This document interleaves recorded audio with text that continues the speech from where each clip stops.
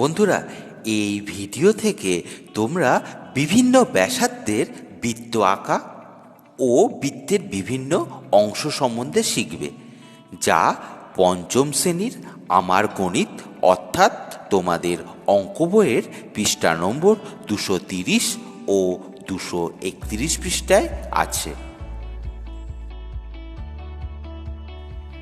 দেখো, প্রথমে যেটা বলা হয়েছে করছি। 4 সেন্টিমিটার দৈর্ঘ্যের ব্যাসার্ধের একটি বৃত্ত আঁকি। কিভাবে করব দেখো।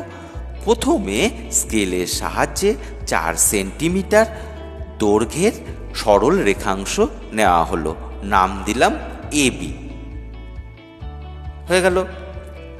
এইবার কম্পাসের কাঁটা A বিন্দুতে বসিয়ে B বিন্দুতে পেন্সিল রেখে দূরত্ব ঠিক করে নিলাম, অর্থাৎ AB এর মাপটা নিলাম, যে ব্যাসার্ধের মাপটা আছে সেই ব্যাসার্ধের মাপ নিলাম। এইবার কি করছি, AB দৈর্ঘ্যের ব্যাসার্ধ নিয়ে কম্পাসের কাঁটা ঘুরিয়ে একটি নির্দিষ্ট কি পেলাম, বৃত্ত পেলাম। বৃত্তটার ব্যাসার্ধ কত? 4 সেন্টিমিটার। মেপে দেখতে পারো। এই তো হয়ে গেল। এইবার আমরা আসছি বৃত্ত আঁকার চেষ্টা করি যার ব্যাসার্ধের দৈর্ঘ্য, প্রথমটা করছি 2 সেন্টিমিটার। দেখো কিভাবে করব। প্রথমে স্কেলের সাহায্যে 2 সেন্টিমিটার দৈর্ঘ্যের সরল রেখাংশ নিলাম, তারপর নাম দিলাম AB। এবার AB এর মাপ নিলাম কিসের সাহায্যে? পেন্সিল কম্পাসের সাহায্যে।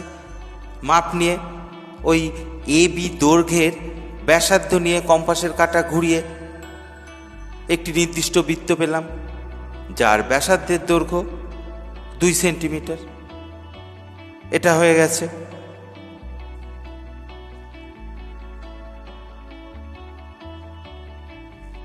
এবার দেখো, দুয়েরটা করছি। এমন একটি বৃত্ত আঁকতে হবে যার ব্যাসার্ধের দৈর্ঘ্য 3 সেন্টিমিটার। তো প্রথমে আমরা কি করছি, স্কেলের সাহায্যে একটি 3 সেন্টিমিটার দৈর্ঘ্যের সরল রেখাংশ আঁকলাম, নাম দিলাম কি, AB।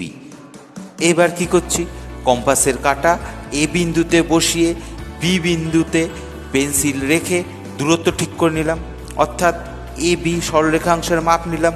এবার কি করছি, AB দৈর্ঘ্যের ব্যাসার্ধ নিয়ে কম্পাসের কাঁটা ঘুরিয়ে নির্দিষ্ট বৃত্ত পেলাম। হয়ে গেল।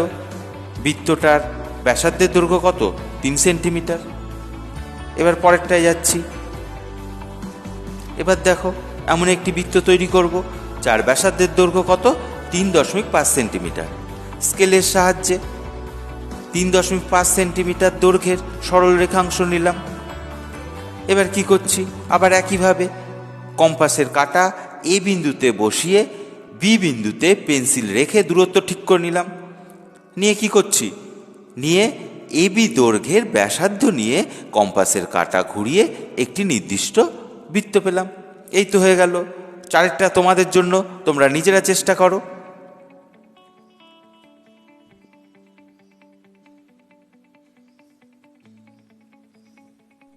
দেখো, এইবার এই বৃত্তগুলো আঁকলাম।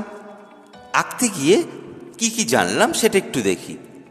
এই বৃত্তগুলো আঁকতে গিয়ে জানলাম যে একটি নির্দিষ্ট বৃত্ত আঁকতে একটি নির্দিষ্ট কি দরকার, বিন্দু ও একটি নির্দিষ্ট দৈর্ঘ্যের ব্যাসার্ধ দরকার। এবার দেখো, বৃত্তের বিভিন্ন অংশ খুঁজি। বৃত্তের কোন অংশকে কি বলে সেটা একটু খুঁজি, দেখি। দেখো, বৃত্তের কেন্দ্র ও দেখো দেখানো হয়েছে। এইবার বৃত্তে কতগুলি সরল রেখাংশ আঁকছি, বৃত্তের মধ্যে কতগুলি সরল রেখাংশ আঁকছি।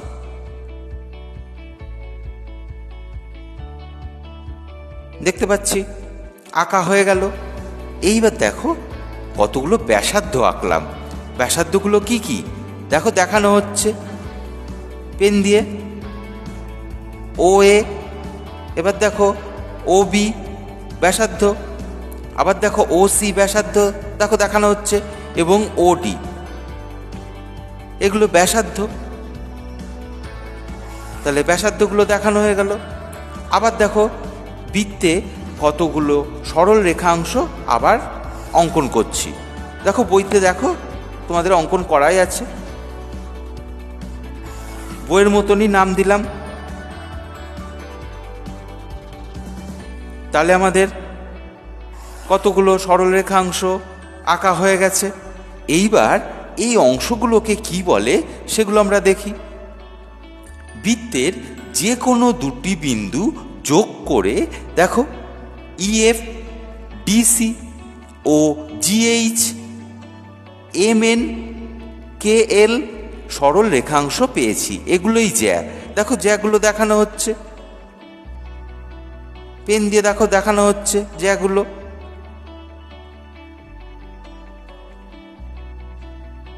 দেখো বৃত্তে যে সরল রেখাংশগুলো আঁকা হয়েছে তার মধ্যে ডিসি বৃহত্তম, দেখতে পাচ্ছ?